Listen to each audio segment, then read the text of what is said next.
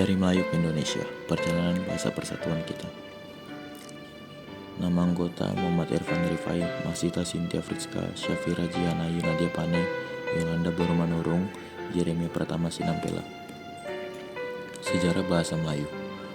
Bahasa Melayu berasal dari rumpun bahasa Austronesia, berkembang di Sumatera dan Semenanjung Malaya. Bahasa ini berperan sebagai lingua franca atau bahasa penghubung di kawasan Asia Tenggara untuk digunakan dalam perdagangan. Perkembangan bahasa Melayu dipengaruhi oleh kebudayaan, termasuk kebudayaan India, yaitu Hindu-Buddha. Melalui perdagangan, bahasa Melayu sendiri memiliki bukti tertua yang ditemukan dalam prasasti Kedukan Bukit, antara lain di tahun 683 Masehi di Palembang dan Parasit Talang Tuo 684 Masehi.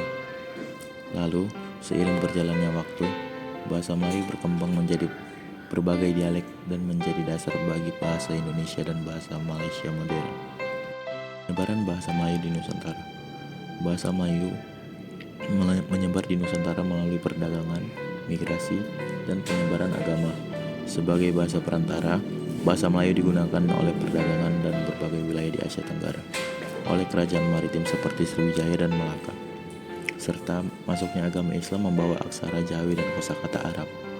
Karena mudah dipelajarin, bahasa Melayu diterima luas dan menjadi dasar bahasa nasional di beberapa negara, termasuk Indonesia dan Malaysia. Peran perdagangan dalam perkembangan bahasa Melayu. Yang pertama, sebagai bahasa lingua franca. Yang kedua, penyebaran bahasa Melayu ke berbagai wilayah. Yang ketiga, penyerapan kosakata asing. Yang keempat, penguatan oleh kerajaan maritim. Berikut pengaruh kerajaan Melayu. Pertama, Sriwijaya tahun 7-13 Masehi. Sebagai kerajaan maritim yang besar, Sriwijaya menggunakan bahasa Melayu sebagai bahasa penghubung dalam perdagangan dan administrasi. Yang kedua, Malaka 15-16 Masehi. Kerajaan Malaka memperkuat peran bahasa Melayu sehingga lingua franca di Asia Tenggara di bawah pengaruh Malaka. Bahasa Melayu banyak dipakai dalam diplomasi, agama, dan perdagangan. Yang ketiga, Johor dan Kesultanan Melayu. Setelah runtuhnya Malaka, Kesultanan Johor melanjutkan tradisi penggunaan bahasa Melayu dalam administrasi dan kebudayaan, bahkan memperkenalkan aksara Jawi berbasis Arab. Proses transformasi, masa penjajahan dan pengaruhnya. Pertama, penggunaan oleh penjajah. Selama penjajahan Belanda, bahasa Melayu tetap digunakan oleh masyarakat lokal untuk berkomunikasi. Bahkan, pemerintah kolonial Belanda menggunakan bahasa Melayu untuk berinteraksi dengan penduduk lokal. Kedua, pengaruh dalam kosakata. Bahasa Melayu menyerap beberapa kata dari bahasa Belanda, terutama dari Belanda, yaitu meja dan sekolah. Tiga, penyebaran. Di wilayah yang terjajah, meskipun penjajah membawa bahasa mereka, bahasa Melayu tetap digunakan dalam komunikasi antara suku, bangsa yang menjadi bahasa lebih umum dari banyak wilayah. Berikut Sumpah Pemuda 1928. Sumpah Pemuda 1928 adalah deklarasi yang dihasilkan oleh Kongres Pemuda II pada 28 Oktober 1928. Sumpah ini berisi 3 poin penting. Yang pertama bertanah air satu, Indonesia. Yang kedua berbangsa satu, bangsa Indonesia. Yang ketiga berbahasa satu, bahasa Indonesia. Berikut Kongres Bahasa Indonesia. Kongres Bahasa Indonesia adalah pertemuan penting yang bertujuan untuk memartabatkan bahasa Indonesia sebagai bahasa persatuan. Kongres pertama diadakan pada 1938 di Solo dengan tujuan utama untuk menyusun tata bahasa dan standar penggunaan bahasa Indonesia yang benar. Kongres ini juga menghasilkan keputusan tentang pengembangan bahasa, termasuk penetapan ejaan yang lebih seragam dan mendorong penggunaan bahasa Indonesia dalam berbagai sektor kehidupan, termasuk pendidikan, pemerintahan, dan media. Peran-peran tokoh bahasa. Yang pertama adalah Supomo. Yang kedua adalah R.A. Kartini. Yang ketiga adalah Johannes Marwata. Yang keempat adalah Albertus Sumarsono. Yang kelima adalah M. Jamaluddin.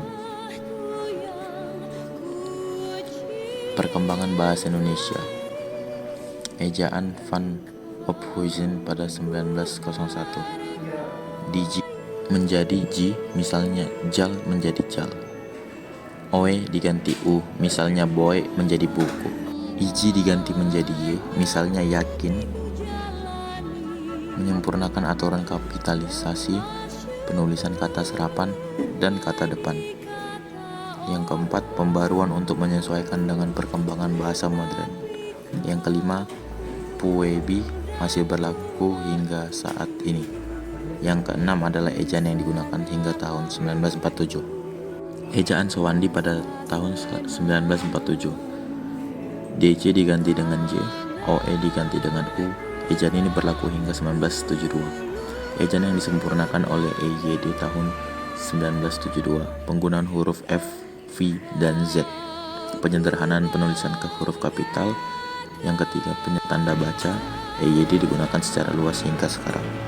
Pedoman Umum Ejaan Bahasa Indonesia atau PUEBI di tahun 2015. PUEBI diterbitkan untuk memperbarui EYD dengan perbaikan. Yang pertama itu penyempurnaan aturan kapitalisasi, penulisan kata serapan, dan kata depan. Yang kedua, pembaruan untuk menyesuaikan dengan perkembangan bahasa modern. Perbandingan bahasa. Contoh kata bahasa Melayu versus Indonesia. Melayu kereta, di Indonesia mobil. Telepon, telepon. Tandas, WC. Duit, uang. Pengaruh bahasa asing. A. Melayu atau Malaysia dipengaruhi oleh Inggris, Portugis, Arab, dan Belanda, misalnya komputer, internet. Indonesia dipengaruhi oleh Belanda, Portugis, Arab, dan Inggris. Pengaruh Inggris lebih terlihat seperti email dan download. Perbedaan dengan bahasa Melayu, Malaysia.